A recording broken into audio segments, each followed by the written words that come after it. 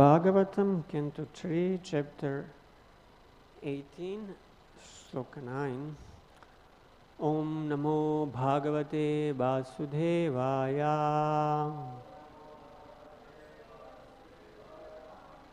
Om Namo Bhagavate Vasudevaya. Om Namo Bhagavate Vasudevaya.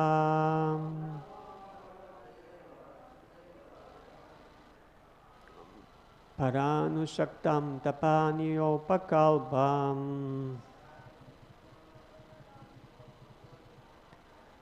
Mahagadam kanchana chityadamsham Marmanya bhikshnam pradudantam duruktai Prachandamanyo prahasam stambabhashe Paranushaktam tapanyopakalpam Mahagadam kanchana chitradamsham Marmanya bhikshnam pratudantam duruktai Prachandamanyo prahasam stambabhashe. Please chant.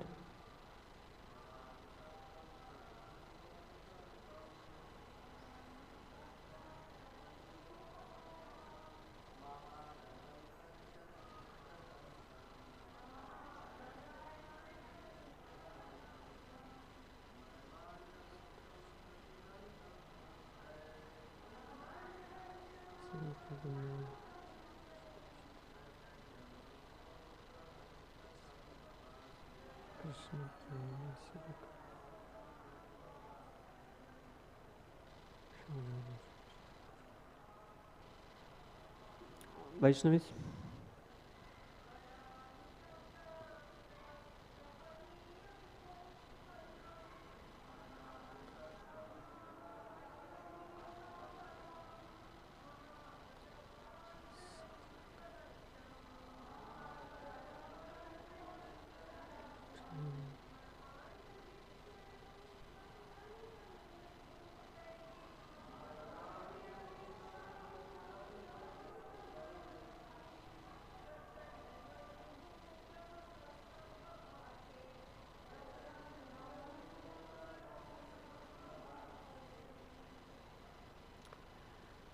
Para, from behind, Anushaktam, who followed very closely, Tapaniya Upakalpam, who had a considerable amount of gold ornaments, Mahagadam, with a great mace, Kanchana, golden, Chitra, beautiful, Damsham, armor, Marmani, the core of the heart, Abhikshnam, constantly, Pratudantam, piercing, Duruktai, by abusive words, Prachanda, terrible, Manyo, anger, Prahasam, laughing, Tam, to him, Babhashe, he said. Translation and purport by His Divine Grace, A.C. Bhaktivedanta Swami Srila Prabhupada. The demon who had a wealth of ornaments, bangles, and beautiful golden armor on his body chased the Lord from behind with a great mace. The Lord tolerated his piercing ill words, but in order to reply to him, he expressed his terrible anger. Purport. The Lord, who had chastised the demon immediately, while the demon was deriding the Lord with ill words, but the Lord tolerated him to please the demigods and to show that they should not be afraid of demons while discharging their duties. Therefore, his toleration was displayed mainly to drive away the fears of the demigods, who should know that the Lord is always present to protect them. The demons' derision of the Lord was just like the barking of dogs.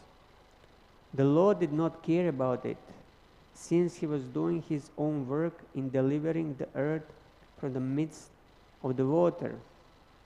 Materialistic demons always possess large amounts of gold in various shapes, and they think that a large amount of gold, physical strength, and popularity can save them from the wrath of the Supreme Personality of Godhead. Om Agyanatimirandasya Gyananjana Shalakaya Chakshur Unmilitam Yena Tasmai Shri Gurave Namaha Namo Vishnu Padaya Krishna Prishtaya Bhutale Srimate Bhakti Vedanta Swamini Namine Namaste Saraswati Devi Gauravani Vracharine Nirvishesha Shunyavadi Paschata Deshatarine He Krishna Karuna Sindhu Dinabandho Jagatpate Gopesha Gopika Kanta Radha Kanta Namostute Tapta Kanchana Ghorangi Radhe Vrindavaneshwari Vrishabhanu Sute Devi Pranamami Hare Priye Namo Mahavadanyaya Krishna Prema Pradayate Krishna Krishna Chaitanya Namne Gorat Vishe Namaha Jai Shri Krishna Chaitanya Prabhu Nityananda Shri Advaita Gadadhar Shivasari Gaura Bhakta Vrinda Hare Krishna Krishna Krishna Hare Hare Hare Rama Rama Rama Hare Hare. Thank you all for coming on this rainy day. So we are hearing about Lord Varahadev already second time in this canto. If you remember, first we heard about appearance of Lord Varahadev in the 13th chapter of this canto. And now in this 18th chapter we are hearing about Lord Varahadev battling Hiranyaksha. So by reading this we may have impression it was the same Lord Varahadev who lifted the earth as described in the 13th chapter, and that is the same one who killed Hiranyaksha as described in this chapter. But Srila Vishnu Chakravarti Thakur, he explains that actually two different boar incarnations, two different Varaha incarnations, they were combined in one story. And he quoted Laghu Bhagavatamrita, where Rupa Goswami, he gives evidence and reasoning for this. First, there was a Nila Varaha, or black or blue incarnation of Varahadev, who appeared first in Swayambhuva Mahamantara, which is the first Manvantara in Lord Brahma's day. And then there was the Shweta Varaha, or white Varahadev, who appeared second in the sixth or Chakshusha Manvantara. So this Nila Varaha, he appeared from the nostril of Lord Brahma, and he saved the earth from the water. And Shweta Varaha, he appeared not from the nostril of Lord Brahma, he appeared in the Garbhodaka ocean. He lifted the Bhumandala and killed Hiranyaksha. So they both appeared in the same day of Brahma, this current day, but different manvantaras, different periods during the day. So in this chapter we are hearing how white Lord Varahadev, Shweta Varaha, is fighting Hiranyaksha. You may ask also how is that the earth, the Bhumandala, was flooded and sank in the waters on these two occasions. Pralaya, or deluge of lower regions of the universe, happens regularly at the end of each Manvantara and also at the end of Lord Brahma's day. But here it happened at the very beginning of Brahma's day, at the Swayambhuva Manvantara. And little later, during the day, in the 6th Chakshusha Manvantara. So these deluges, these pralayas, they were irregular pralayas. It's mentioned in Matsya Purana that during Swayambhuva Manu's period, pralaya was during the curse of sage Agastya upon Swayambhuva Manu. And then when the Bhumandal was lost in the water, Lord Varaha, he appeared and lifted it and saved it in this way. And in the second pralaya, Chakshusha Manu, he was also similarly cursed. But actually, the flood at that time came due to Supreme Lord's desire, as what was mentioned in Vishnu Dharmottara Purana. So, Vishnu Chakri Thakur, he comments on this verse, how the demon was ornamented with the gold, and he was following, the Lord who carried the earth. And the demon, he was following him with a mace in his hand, and he was chastising the Lord with abusive words. So what did the Lord do?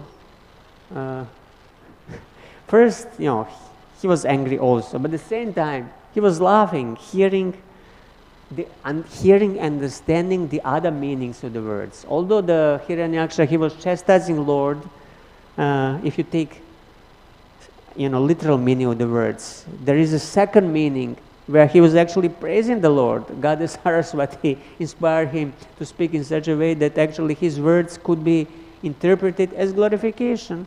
That's why Lord at the same time was also angry, but he was also laughing, being pleased with the glorification of Hiranyaksha. And then later when the Lord replies, his words also have two meanings. One is a chastisement, another is acceptance of glorifications. So we have these two emotions,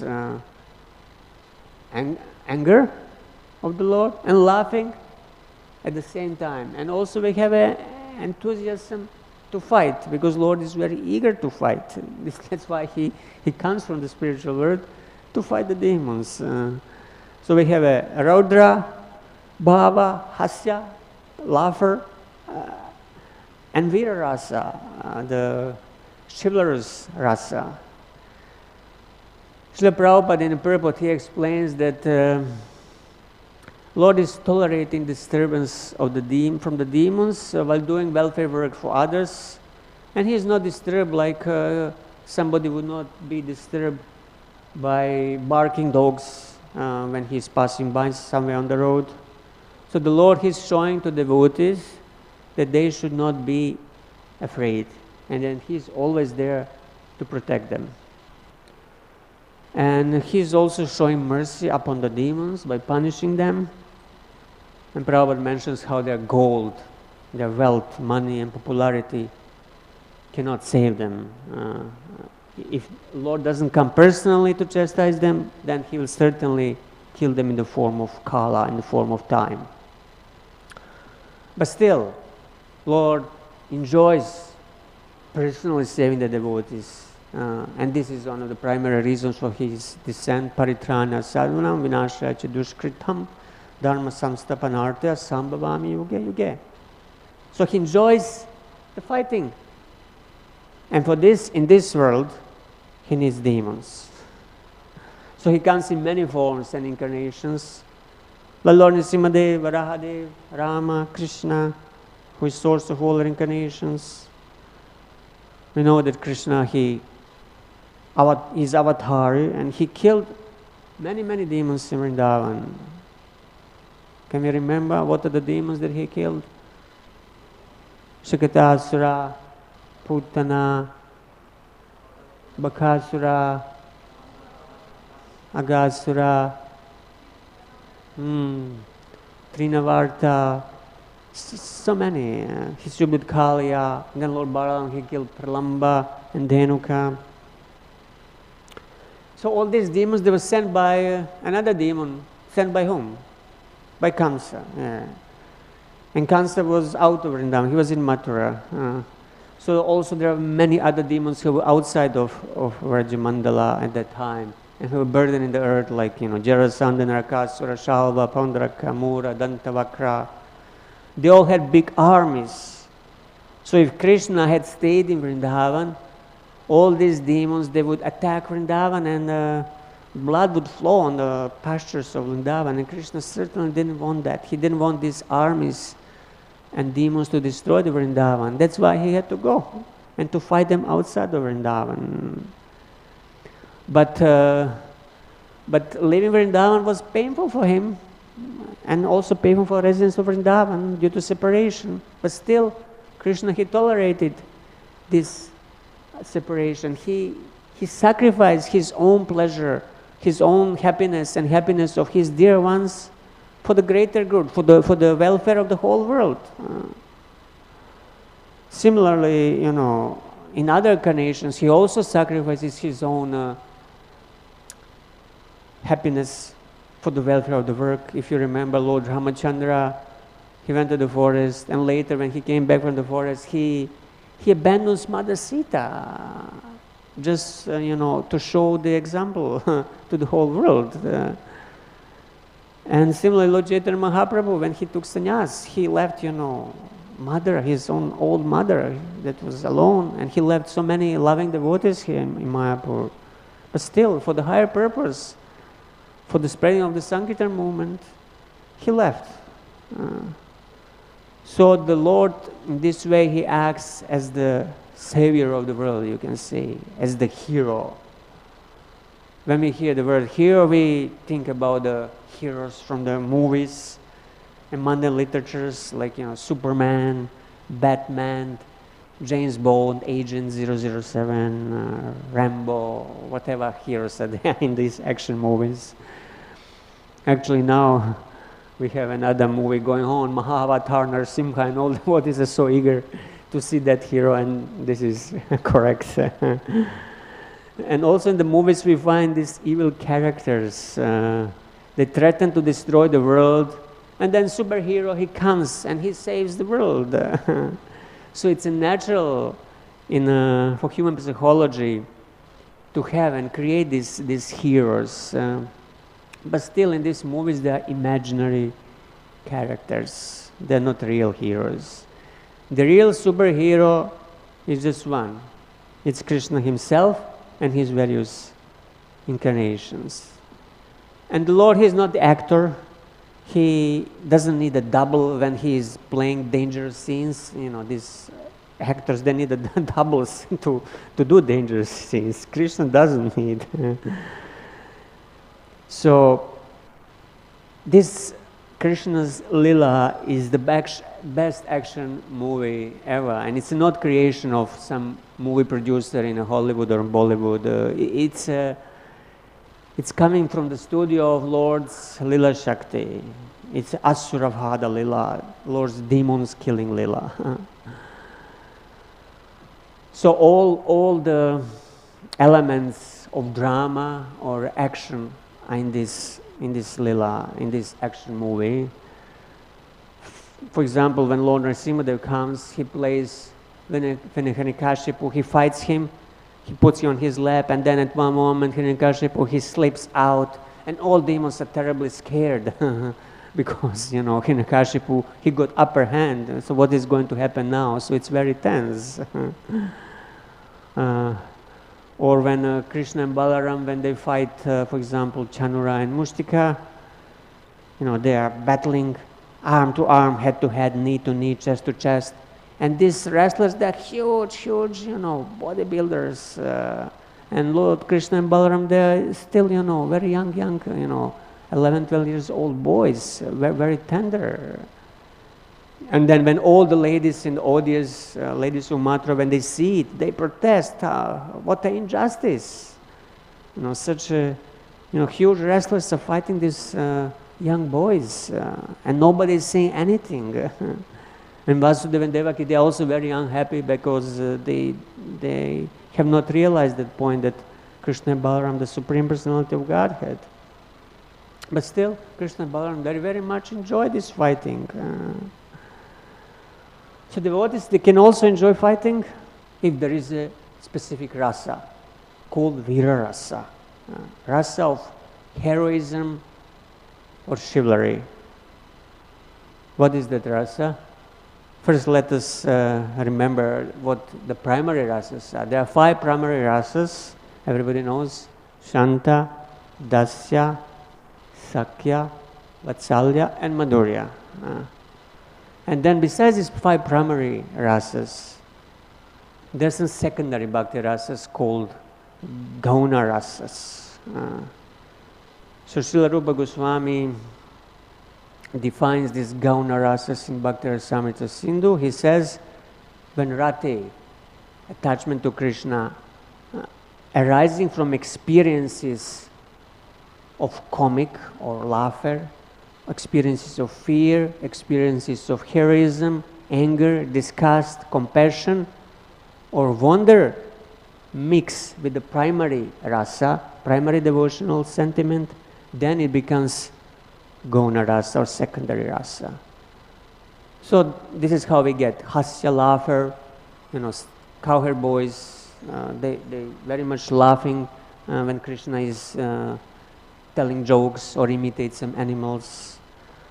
Or then Adbhuta rasa, when Krishna lives Govardhan Hill, everybody is complete wonder. It's Adbhuta, it's amazing. And then we have this chivalry rasa, heroism. Krishna and cowherd boys, they battle each other. And Karuna rasa, rasa of compassion. Examples are given as Prahlad Maharaj, Vasudeva Datta, who are very compassionate to all conditioned fallen souls. Raudra, rasa of anger, when Bhima becomes furious at Dushasana for disrobing Draupadi, and he wants to take his heart out of his chest. He's so angry. So it's Raudra rasa. And then we have Bhayanaka, rasa of fear, when Krishna opens his mouth and Yashoda looks in his mouth and she sees the whole universe. She's scared. It's Bibha, this Bhayanaka rasa mixing with her parental rasa. And sometimes we also have the rasa of Bibhasa, disgust, when devotee is completely disgusted with the materialistic sense enjoyment and this world. So how these rasas function? They're not constant like primary rasas that are always present and form sthai bhavas, primary emotions. These secondary rasas, they arise in certain situations and they intensify and color the experience. And then they merge back into the primary bhakti rasas. So here I want to take a closer look at this Vira Bhakti Rasa, or heroic devotion, or as Srila Prabhupada translates it as chivalry in the nectar of devotion. Because Lord Varahadev that we have here fighting with the Hiranyaksha, he also enjoys this Vira Bhakti Rasa. So where this Vira Bhakti Rasa comes from? It's coming from something called Utsaha Rati, enthusiastic attachment. It's defined as a firm and immediate attachment of the mind to activities such as battle or fight, activities of charity, activities of compassion and dharma for the pleasure of Krishna. So this is called Utsaha. And then Srila Prabhupada in Nectar of Devotion, he defines chivalry when on account of love and devotional service for the Lord, there is a special valorous enthusiasm. The resultant activities are called chivalrous or Vira Bhakti Rasa. That's why Vira Bhakti Rasa is a devotional sentiment or rasa that is characterized by special rati, by valorous, chivalrous or heroic enthusiasm manifested through different valorous activities for Krishna's pleasure. We have to be aware that all these activities in any of the rasas, they are for Krishna's pleasure only. They are not for anybody else's pleasure. So there are 4 types of Vira Bhakti Rasa. First type is called Yuddha Vira. It's a heroism in battle. Then we have Dhana Vira, heroism in charity or generosity. Then we have Daya Vira, heroism in compassion. And finally we have Dharma Vira, heroism in Dharma, heroism in dharmic activities. So what is Yuddha Vira? Heroism in battle or in chivalrous activities. So definition of it, that it's when friends fight against Krishna, or when Krishna's friends fight against other friends of Krishna in Krishna's presence with desire to please him, this Yuddha Vira Bhakti Rasa becomes manifested. Example is given: a friend once challenged Krishna, saying, "My dear Madhava, you are very restless because you think that no one can defeat you. But if you do not flee from here, then I shall show you how I can defeat you. And my friends will be very satisfied to see this."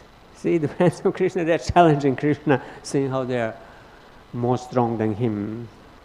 So for example, Krishna and Sridham, they are very intimate friends. Yes, Sridham, out of anger with Krishna, he challenges him very often. And when they begin to fight, all of their friends, they stand on the bank of Yamuna and they enjoy looking at this wonderful fighting. And they all prepare some arrows for mock fighting. These are arrows that have leather tips. They will not really pierce the skin.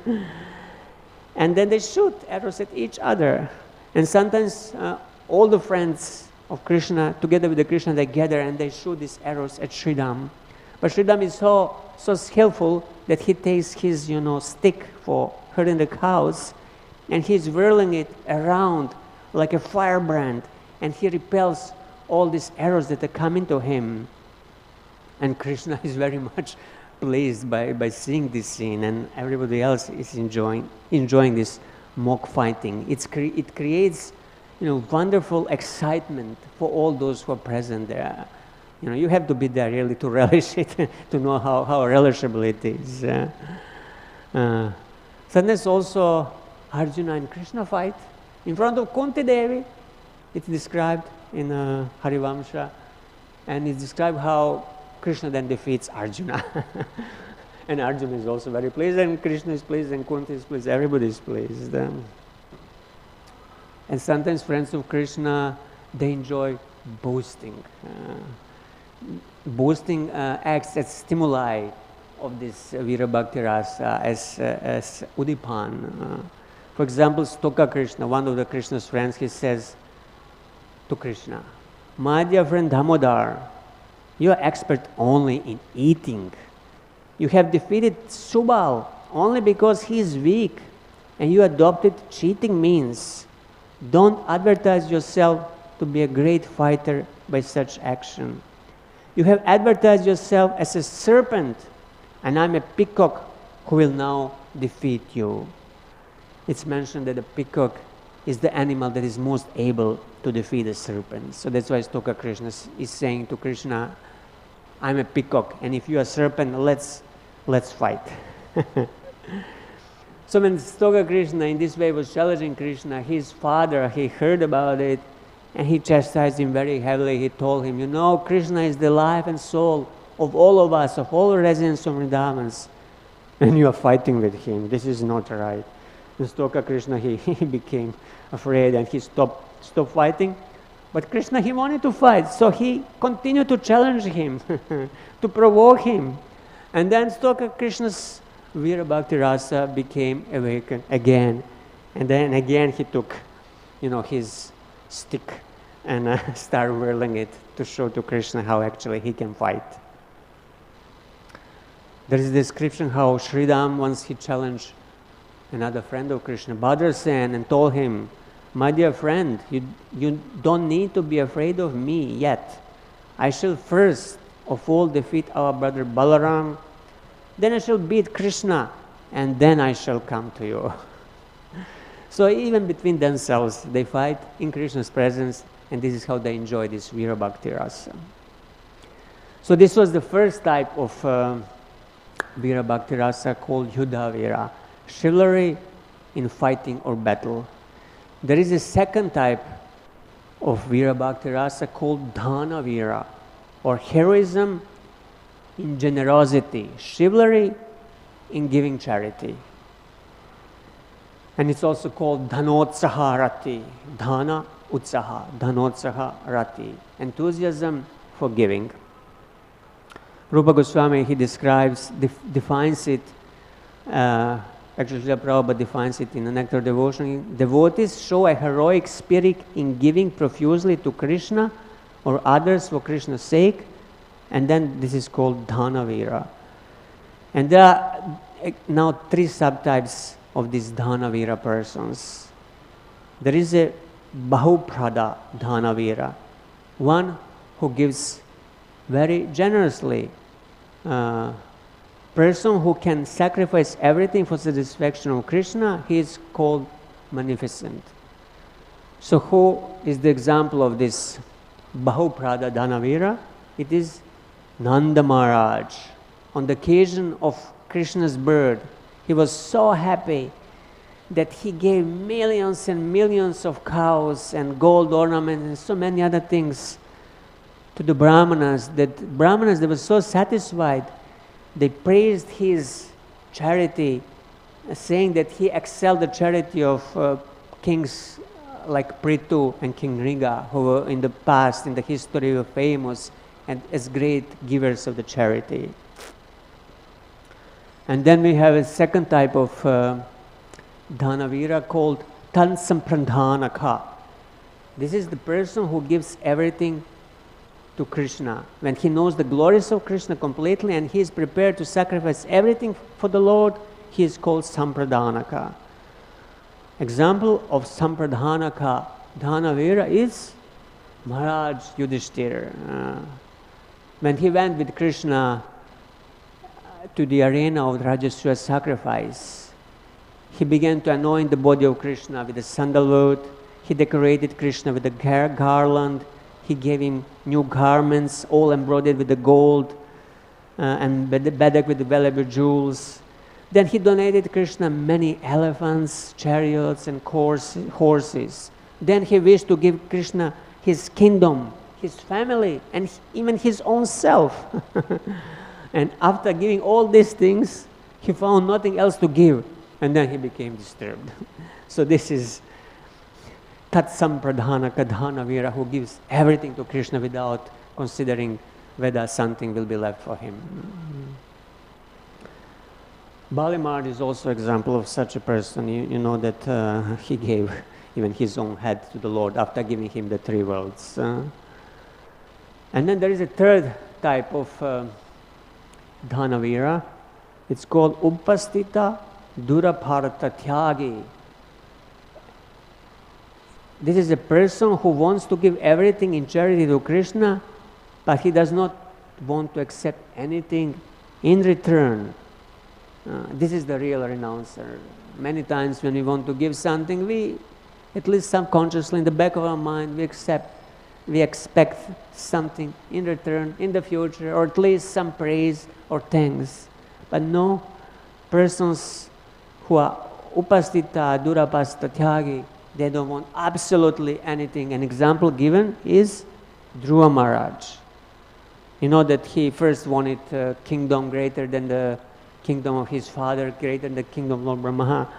But at the end, when he saw the Lord, he lost desire for anything else. And he said to Krishna, to Lord Narayan who appeared, I had been searching for some pieces of broken glass, but instead of that, I have found the most valuable jewel. Now I'm so satisfied, my dear Lord, that I do not wish anything, absolutely anything. So these were the types of Dhanavira, those who are heroes in giving. Third type of Vira Bhakti Rasa is called Daya Vira. It's a heroism or chivalry in Daya, in compassion. is defined as a chivalrous enthusiasm to relieve others' suffering, and especially when Krishna appears in disguise. In other words, it's called Dayotsaha Rati, enthusiasm in compassion. We have one example of this Daya Vira in King Mayuradhwaj, who offered half of his body to Krishna disguised as a Brahmana. What is the story? Well, this King Mayuradhwaj's son, he took the sacrificial course of Maharaj Yudhishthir. You know, before the Rajasuya sacrifice, Maharaj Yudhishthir, he released one horse who wandered around the earth. And whoever dared to stop this horse, then Pandavas would come and challenge that person and defeat him. In this way, that king would submit to Maharaj Yudhishthir. And only when defeating all the kings like this, Maharaj Yudhishthir could perform the Rajasuya sacrifice. So this king, Mayuradhwaj's son, he took this horse for the sacrifice of his father, Mayuradhwaj. And then Krishna and Arjuna, they discussed themselves as Brahmanas and Brahmana's sons, and they went in front of this King Mayuradhwaj. And King Mayuradhwaj, he was a devotee, but he couldn't recognize that it was a Krishna and Arjuna disguised. So Krishna came to King and told him that his son was to be married, but now, alas, due to some misfortune in the forest, a lion attacked his son, and he captured him, and he doesn't want to release his son. So lion agrees to free his son only on the condition that King Mayuradhwaj offer half of his body to the lion. This is what Krishna, in the disguise as a Brahmana, is telling to this king. And king was so generous, and he had such attachment to Krishna, although he didn't know that was Krishna talking. He immediately agreed. He said, yes, I will give half of my body, no problem. I give everything to Brahmanas. But his wife was there, and she said, no, I will give myself, because the wife is considered the left side of the husband's body. So I will give myself to the lion. But at that point, Krishna, he interfered. He said, no. Lion, he doesn't want the left part of the body. He wants the right side of the body. King said, okay, no problem. I agree to give the right side. And he ordered his wife and the son, please bring a saw and cleave my body in half. So while they were going to bring the saw, Krishna noticed that the tears started flowing from the left eye of the king. And then Krishna told him, he said that he cannot accept, the lion will not accept the offering since it was made unwillingly, because your left eye is crying. So it's unwilling charity, I cannot take it. King said, no.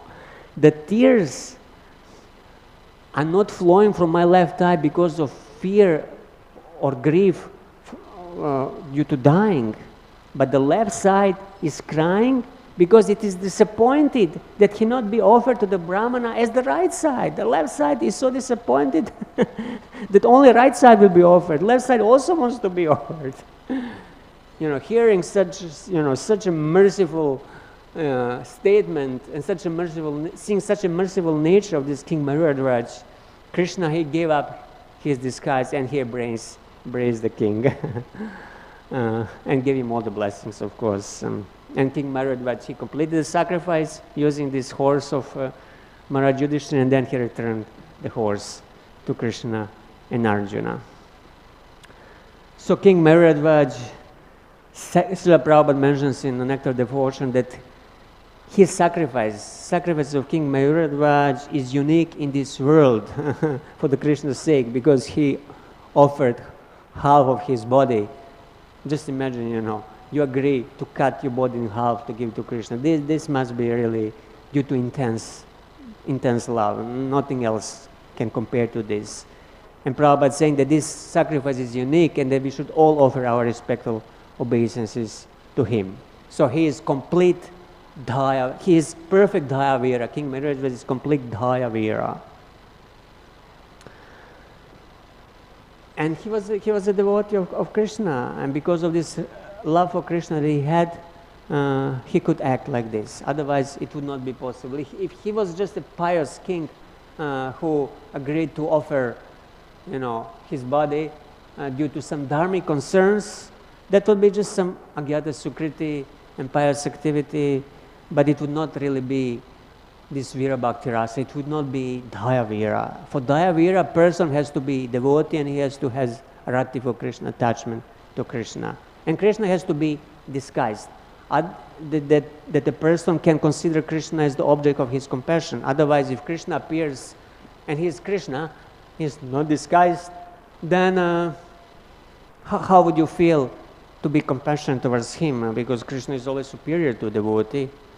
You could feel if you're parent of Krishna, and then you feel him inferior and helpless, but then it would not be Vira Bhakti Rasa, it would be, Vatsalya Rasa or Karuna Rasa. And the last type, we are coming close, and the last type of Vira Bhakti Rasa is Dharma Vira. It's a heroism in upholding Dharma. It's a chivalrous person who is chivalrous in executing religious rituals. He is called Dharma Vira.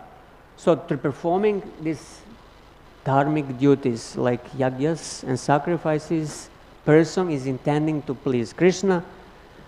And again, the best example of this Dharma Vira is Maharaj Yudhishthira. He performed so many different sorts of sacrifices only for Krishna's pleasure. And it's mentioned that Indra was so much absent from the heaven due to the sacrifices and yagyas of Maharaj Yudhishthira that his wife Shachi Devi was always very morose and waiting for him to come back because he was always busy attending the sacrifices of Maharaj Yudhishthira. But Maharaj Yudhishthira, he didn't perform these sacrifices for the pleasure of any demigods, Indra, Shiva, Brahma, anybody, Varuna. No, he performed them only purely for Krishna's pleasure. He was not some pious, ritualistic person who wanted to be promoted to heaven, and that's why he was performing sacrifices in order to gain material happiness in this world or the next. No. Whatever he did, even these sacrifices, elaborate sacrifices, they were done only just to please Krishna. So he's perfect Dharma Vira. He completely, dedicated, his own self, doing everything for Krishna's pleasure. So this was some meditations on Vira Bhakti Rasa and Bhakti Rasa in general, exchange between Krishna and his devotees. We know that Janmashtami is coming close, it's appearance of the Lord. And this meditation should inspire us to awaken a little bit of that Bhakti Rasa in our own heart. It is there, sleeping.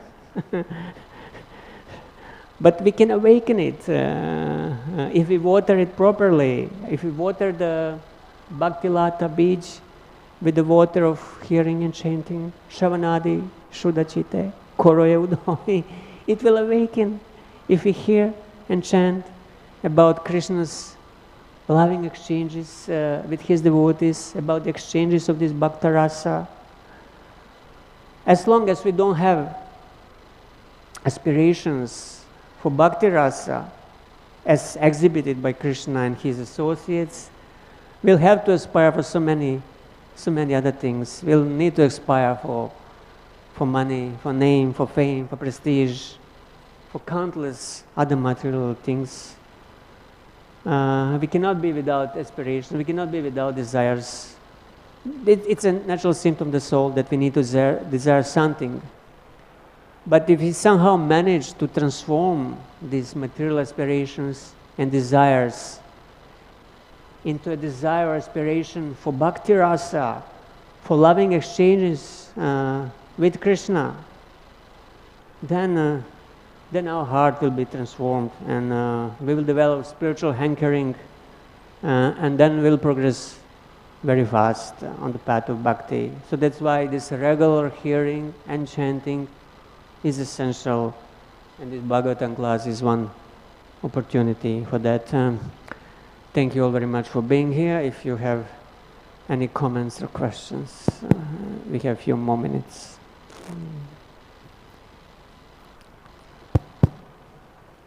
Hare Krishna Prabhu, thank you so much for a wonderful class and description of different rasas. I have a question about Varahadev. You mentioned two incarnations, two manifestations of this form. How many other appearances of Varahadev do you know? Because I remember the picture, Srimad Bhagavatam, it is red. There is one red Varahadev. Do you know anything about that? Oh, that's Rakta Varahadev.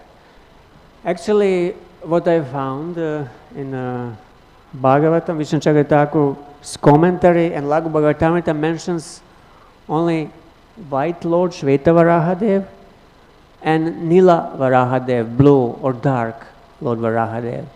It is possible the Rakta Varahadev, the red one, is mentioned somewhere else, or maybe the artist who painted this photo, he just had the idea that boar is a reddish in color. That's why he painted in red. But as far as I know, these two are mentioned: Shveta Varahadev, white Varahadev, and Nila Varahadev. But it's possible in other days of Brahma, Lord can assume different color. Since even in just this day of Brahma, Lord appeared twice in two different Varahadev incarnations, it is not very difficult, impossible for him to appear in other days of Brahma in different colors. But somehow Maitreya, when he was telling this story in the 13th chapter, he just merged these two incarnations in one. He didn't distinguish between Nila Varahadev and Shveta Varahadev. They both left the earth, but only one of them, only Shveta Varahadev, he killed Hiranyaksha. Yeah, I know only for the two. This is what is mentioned in the Bhagavatam and Laghu Bhagavatamrita. I have no information of some other Lord Varahadevs. But why did he mix them too? Because it's a little bit misleading for... In his narration, he didn't distinguish because I guess he didn't consider it very important, or time was limited, so he just, combined descriptions. He didn't go into details of appearances of two different ones, because Lord Varahadev is Lord Varahadev, whether he appears in first Manvantara or sixth Manvantara, whether he leaves the earth, whether he has blue color or white color, he is still the same person, and he is in the same mood of saving the earth. So somehow Maitreya, he didn't distinguish. We have to ask him. Could be from many different reasons. He was maybe in a rush, or just didn't consider it very important to distinguish. Yes, Prabhu. In other Purans, maybe, if you are eager to do the research, I just found information on these two different Varahadevs, and I think for me it's enough. But if you want to find some other, it's possible. Yeah, why not? It's nice research that can be done. Lord has countless incarnations that are coming like a waves of the ocean. So I'm sure that there are more. So the red one also could be there. Anything else on Vira Bhakti Rasa, heroism? Anybody like to be a hero in devotion? Yes, Prabhu. So, Prabhu, regarding primary rasa and secondary rasa, so which one should be more prominent when we are practicing? Which one should be more prominent? The five, primary rasas are always the most prominent. One of them becomes Thai Bhava, permanent devotional male, permanent rasa, that you're always in a mood of a parent. Not that all of a sudden, today you're a parent and tomorrow you want to be a lover of Krishna. No, it doesn't work like this. Thai Bhava is fixed. And then, so either you are in the mood of a parent, or a mood of a servant, or a friend, or what is left, or a lover of Krishna. This is your permanent mood.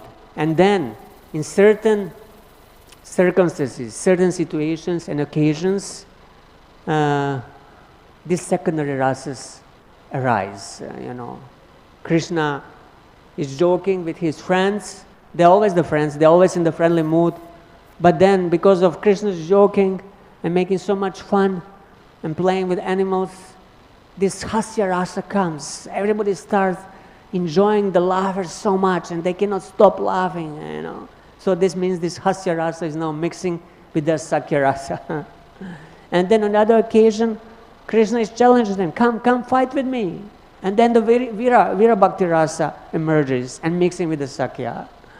And on other occasions, they see a Kashi demon coming and galloping in Vrindavan, and everybody is afraid. So the bhayanaka, the fear arises in the minds of Rajvasis and start mixing with the primary rasa. And once the demon is gone, Krishna kills him, the fear is gone, and this rasa is also gone. So it's this secondary gauna rasas that they're temporary, and they mix occasionally to enhance the experience of the primary rasa. So their function is to enhance, the enjoyment of primary bhakti rasa. Is there anything else? Yes, Mataji, give back the mic to her. I just have a question about the same topic, that sometimes even demons, they commit some kind of sacrifices, like I think, who was that? Hiranyakashipu, who sacrificed half of his body to the ants, to the termites. So it's a little bit different, right? Or it's the same mood? He did tapasya, and that's why he was granted that stout body of Hiranyakashipu. But he cannot be considered, that cannot be considered an example of Vira Bhakti Rasa. Only Krishna's friends can enjoy this chivalrous Vira Bhakti Rasa. Demons cannot, and demons cannot really be, Krishna doesn't really enjoy exchange of Vira Bhakti Rasa with them. He kills them, he fights with them in order, to save the devotees and to deliver the burden of the earth. But in terms of enjoying Bhakti Rasa, only Krishna and his devotees can enjoy it. So Vira Bhakti Rasa is manifested only in exchanges between Krishna and his friends who mock fight. It's not a real fight, it's a mock fight. Yes, Patipavan Prabhu.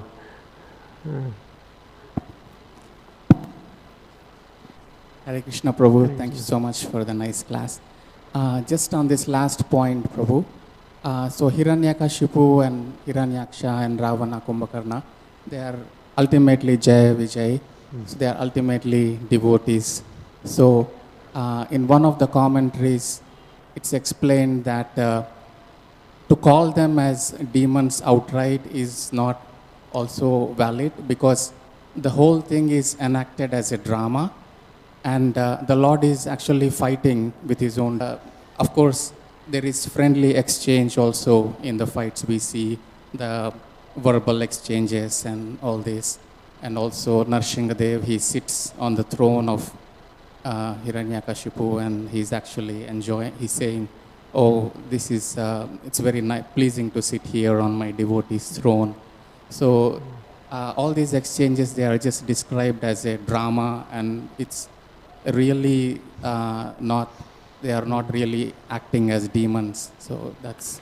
Yes, correct. In the case of Jai and Vijay, since they are devotees, then actually this Hiranyakashipu and Yaksha are devotees, but they are devotees only in this day of Brahma. Then in another day of Brahma, again there is a Hiranyakashipu, Hiranyaksha, but they are not devotees, they are just demons. And then there is a no Vira Bhakti Rasa. But here with Hiranyaksha and Hiranyakashipu, who are Jai and Vijay, because they are devotees, Lord can enjoy the Vira Bhakti Rasa, if they are devotees in disguise. Yeah, thank you. Okay, thank you all very much. Srila Prabhupada ki jai, Srimad Bhagavatam ki jai.